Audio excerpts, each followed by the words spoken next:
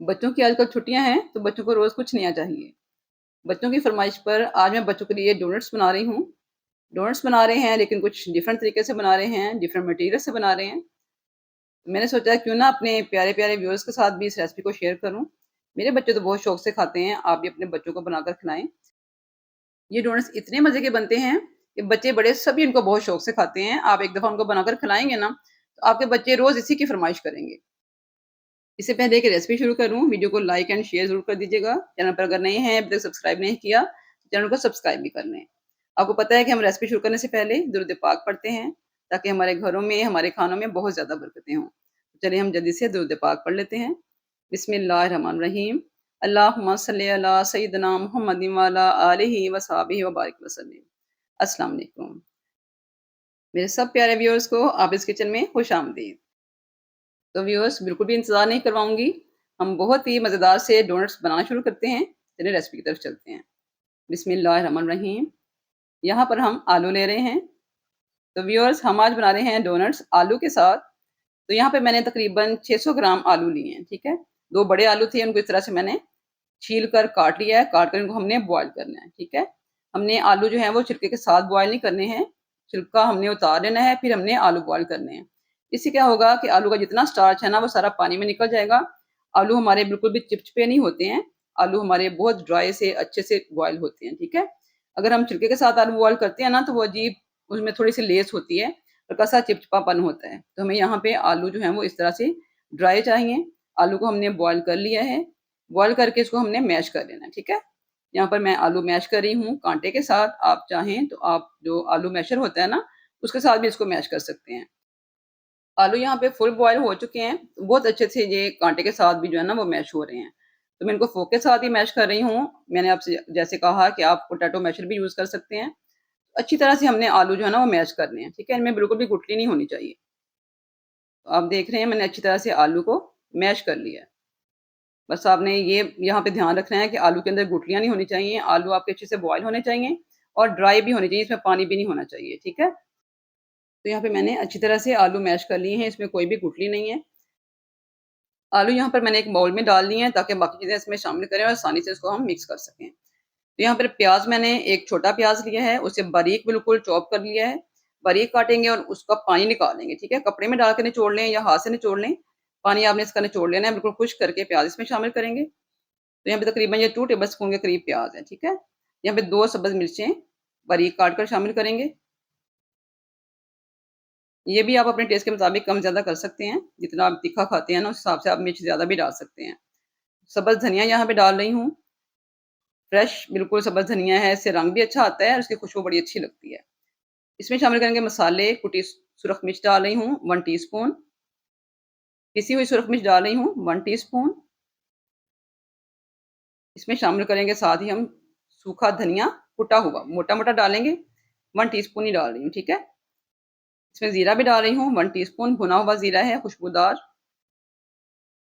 इसमें हम 1 टीस्पून शामिल कर देंगे। इसमें शामिल कर रही हूँ चाट मसाला 1 टीस्पून डाल रही हूँ। इससे बहुत अच्छा टेस्ट आता है, आप ज़रूर शामिल करें, आपको उसका टेस्ट बहुत पसंद आएगा। तो नमक भी इसमें जाएगा 1 टीस्पून। नमक मिर्च आप कम-ज़्यादा कर सकते हैं अपने टेस्ट के हिसाब से, ठीक है? थोड़ी-सी इसमें मैं काली मिर्च डाल रही हूँ, आलू के टेस्ट को एनहांस करने के लिए ना, इसमें थोड़ी-सी काली मिर्च डालेंगे ना, तो इसका टेस्ट भी इसमें आएगा, बहुत ही मज़े मज़े का बनेगा। तो ये सारे मसाले डाल के हमने आलू अच्छी तरह से मिक्स कर लेने हैं। अच्छा यहाँ पे आपने जो सुरख मिर्च डाली है और नमक डाला है ना, वो आप कम-ज़्यादा कर सकते हैं अपने टेस्ट के हिसाब से। जैसा आपको तीखा पसंद है या कम तीखा खाते हैं ना, तो आप सुरख मिर्च और नमक जो है वो कम-ज़्यादा कर सकते हैं, ठीक है? इसमें कोई ऐसा इश्यू नहीं होता है। टेस्ट आपने अपने हिसाब से रखना है। यहाँ पे सारे मसाले आलू के साथ अच्छी तरह से मिक्स कर लिए ना, उसको चख लूँगी यहाँ पे स्टेज पे। अगर किसी चीज़ की कमी पेशी है ना, तो वो हम पूरा कर लेंगे। यहाँ पे नमक चेक करेंगे। मुझे यहाँ पे थोड़ा-सा नमक और मिर्च जो है ना, वो कम लग रही है, तो मैं उसमें और डाल दूँगी। तो इस स्टेज पे आपने भी चेक कर लेना है। मैं थोड़ा-सा इसमें नमक डाल रही हूँ, आपने देखा है बिल्कुल थोड़ा-सा डाला है, हाफ़ टी स्पून से कम ही डाला है और हाफ़ टी स्पून इसमें मैं सुरख मिर्च शामिल कर रही हूँ। इस तरह से जब भी हम डोनट्स बनाएँ या किसी किस्म के कटलेट्स बनाएँ, तो वो थोड़े-से तीखे अच्छे लगते हैं ना, उनमें स्पाइस अच्छा हो तो ही खाने में मज़ा आता है। इसलिए आप भी कोशिश करें कि स्पाइस थोड़ा-सा ज़्यादा रखें, ताकि खाने वाले को अच्छा टेस्ट आए और वो बहुत शौक से और खुशी से खाए। तो यहाँ पे मैंने आलू जो हैं वो सारे स्पाइसेस डाल के अच्छी तरह से मिक्स कर लिए हैं। तो हमारा आलू का बैटर जो है यहाँ पर बिल्कुल तैयार हो चुका है। एक प्याली में मैंने थोड़ा-सा पानी लिया है, हाथ पे पानी लगाएँगे इस तरह से, हाथ को गीला कर लेंगे ताकि आलू जो है ना वो हमारे हाथ पे चिपके ना, ठीक है? तो यहाँ पे आलू हमने बिल्कुल भी देख रहे हैं आप ड्राई बनाए हैं, इसमें कोई भी बहुत ज़्यादा मॉइस्चर नहीं है, खुश्क हैं, लेकिन फिर भी आलू क्योंकि पिसे हुए हैं ना तो हाथ पे चिपक जाते हैं।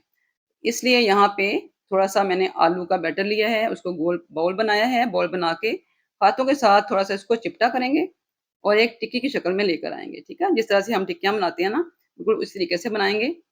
इस तरीके से साइडों से अच्छी तरह से इसको लॉक कर देंगे। बिल्कुल गोलाई शेप में लेके आ गई हूँ, आप देख रहे हैं। बस यहाँ पे हमने इस तरह करना है कि एक फिंगर के साथ इसको दरमियान में इस तरह से होल्ड कर देना है। फिंगर के साथ इसको दरमियान में इस तरह से सुराख कर देंगे, जैसे कि डोनट्स में होता है ना, इस तरीके से इसे बना लेंगे। इस तरीके से इसे हम सेट कर देंगे। इसमें बिल्कुल भी क्रैक्स नहीं होने चाहिए, ठीक है? इस तरह से बनाएँ कि टिक्की के अंदर, डोनट्स के अंदर बिल्कुल भी क्रैक्स नहीं होने चाहिए। तो ये देखें, कितना खूबसूरत लग रहा है। इस तरीके से मैं आपको एक और बनाकर दिखाती हूँ। पहले हमने थोड़ा-सा आलू का बैटर लिया, आलू का मिक्सचर लेके एक बॉल बनाया, बॉल बना के इस तरह से टिक्की की तरह उसको चिपटा किया। किनारे हमने साथ-साथ इसके जो है ना वो सेट करते रहना है, इसको गोलाई देते रहना है, ठीक है? ताकि किनारों में बिल्कुल भी क्रैक्स नहीं होने चाहिए। फिंगर के साथ इसको हमने दरमियान में हथेली पर रख के, फिंगर के साथ इसको हमने इस तरह से होल्ड कर देना है। दरमियान में इसको इस तरह से उँगली घुमाएँगे ना, तो बहुत आराम से जो है ना वो बहुत प्यारा-सा सुराख हो जाएगा। ये देखें, बहुत ही खूबसूरत इसकी शेप आ गई है माशाल्लाह से, आप देख रहे हैं। इतने खूबसूरत यहाँ पे हमारे डोनट्स जो है ना वो बन चुके हैं। बिल्कुल भी मुश्किल नहीं है, बहुत ही आसानी के साथ बन जाते हैं। आपने देखा कि कोई भी मुश्किल नहीं हुई है और बहुत खूबसूरत सी शेप हमने इसको दे दी है। तो सारे डोनट्स को तैयार करके इस तरीके से मैंने रख लिया है। इनको हम 10 मिनट के लिए फ्रिज में रखेंगे ताकि ये सेट हो जाएँ। तो यहाँ पे एक प्लेट में 2 अंडे ले रही हूँ। प्लेट में हमने 2 अंडे डाल दिए हैं, ठीक है? इसमें थोड़े से स्पाइसेस डालने हैं। थोड़ा-सा इसमें नमक डाल रही हूँ टेस्ट के लिए, ये आपने ज़रूर शामिल करना है। थोड़ा-सा इसमें डाल रही हूँ ज़ीरा, ठीक है? बिल्कुल थोड़ा-सा डाल रही हूँ 2 चुटकी के करीब। इससे इसका टेस्ट जो है ना बड़ा अच्छा आता है, आपने ज़रूर शामिल करना है। अंडों को हमने इस तरह से फ़ोर्क के साथ फेंट लेना है, ठीक है? अंडों को अच्छी तरह से फेंटेंगे।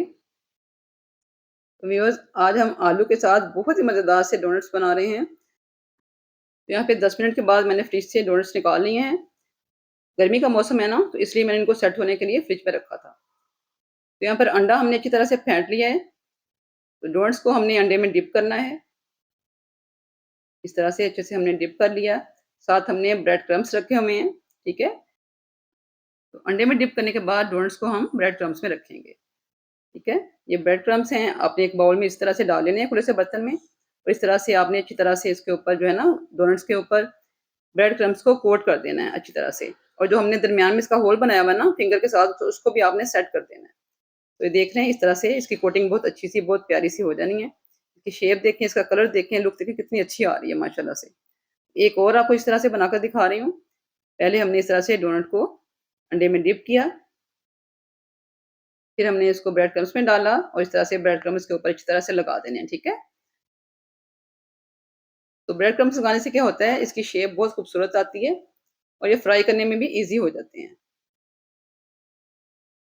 दरमियान में इस तरीके से फिंगर के साथ इसका होल हमने बना देना है, ठीक है? तो यहाँ पे दूसरे डोनट के ऊपर भी कोटिंग करके मैंने आपको दिखा दी है। तो देखें कितनी अच्छी यहाँ पे कोटिंग हो चुकी है। इस तरीके से हमने सारे डोनट्स जो हैं वो अंडे और ब्रेड क्रम्ब्स की कोटिंग करके इस तरह से तैयार करके रख लेने हैं, ठीक है? इस तरह से तैयार करके आप इनको फ्रीज़ भी कर सकते हैं।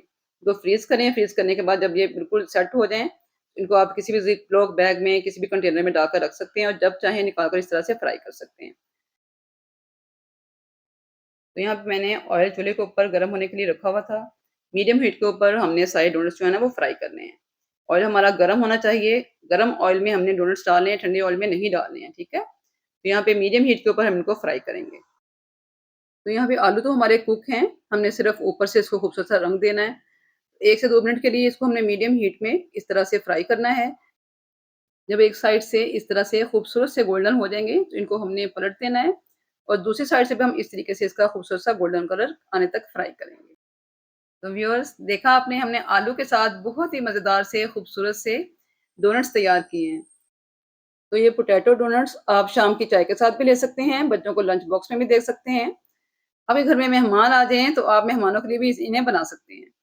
यकीन करें कि जब आप मेहमानों के सामने इसको रखेंगे ना इन डोनट्स को, तो वो समझेंगे कि आप किसी महँगी बेकरी से लेकर आए हैं। जब खाएँगे तो पता चलेगा कि ये तो हमने आलू से बनाए हैं और घर में बनाए हैं। तो यहाँ पर दोनों साइडों से हमने डोनट्स को खूबसूरत सा गोल्डन फ्राई कर लिया है। आप देख रहे हैं माशाल्लाह से। तो सारे डोनट्स हमने जितने भी बनाने थे सब के सब इस तरह से फ्राई कर लिए हैं, ठीक है? आपने देखा है कि हीट हमने कम नहीं की है, हीट हमने मीडियम पे ही रखी है। तो आपने भी इसको मीडियम हीट के ऊपर ही पकाना है, ना बहुत ज़्यादा हाई करनी है, ना बहुत ज़्यादा लो करनी है, ठीक है? तो यहाँ पे सेकंड बैच डाल के भी मैं इस तरीके से मीडियम हीट के ऊपर खूबसूरत सा गोल्डन रंग आने तक दोनों तरफ से सेक लूँगी। तो देख रहे हैं माशाल्लाह से हमारे पोटैटो डोनट्स यहाँ पे बहुत ही खूबसूरत से तैयार हो चुके हैं। इस तरीके से हमने सारे डोनट्स जो हैं वो तैयार कर लेने हैं। बस आपने हीट का ख़्याल रखना है, आपने इनको बहुत ज़्यादा हाई हीट पे नहीं पकाना है, ठीक है? सारे डोनट्स मैंने यहाँ पर इस तरीके से फ्राई कर लिए हैं। तो व्यूअर्स यहाँ पर हमने बहुत ही मज़ेदार से पोटैटो डोनट्स बनाए हैं। उम्मीद करती हूँ आपको रेसिपी अच्छी लगी होगी। रेसिपी पसंद आए तो फीडबैक ज़रूर दीजिएगा, कमेंट्स करके बताएँ कि आपको आज की मेरी रेसिपी कैसी लगी है। कमेंट्स करके मुझे ये भी बताया करें कि आप मेरी रेसिपी को कहाँ से देख रहे हैं, किस शहर से देख रहे हैं? मुझे जानकर बहुत ही अच्छा लगता है। तो व्यूअर्स यहाँ मैं आपको तोड़कर दिखाती हूँ कि हमारे पोटैटो डोनट्स जो हैं वो कितने खूबसूरत और कितने मज़े के बने हैं। बहुत ही टेस्टी बने हैं, देखने में खूबसूरत हैं, खाने में बहुत ही मज़ेदार हैं। तो यहाँ पे इसका टेक्सचर आप देख सकते हैं, बिल्कुल भी लेज़ी सा, बिल्कुल भी सोगी सा नहीं है। तो आप भी अपने घर में आज ही ट्राई करें, अपने बच्चों को खिलाएँ, बहुत ही मज़ेदार से पोटैटो डोनट्स बनाएँ, आपके बच्चे बहुत खुश होंगे। तो रेसिपी यहाँ पर कंप्लीट हो चुकी है, मुझे अपनी दुआओं में याद रखें, नई रेसिपी तक के लिए अल्लाह हाफ़िज़।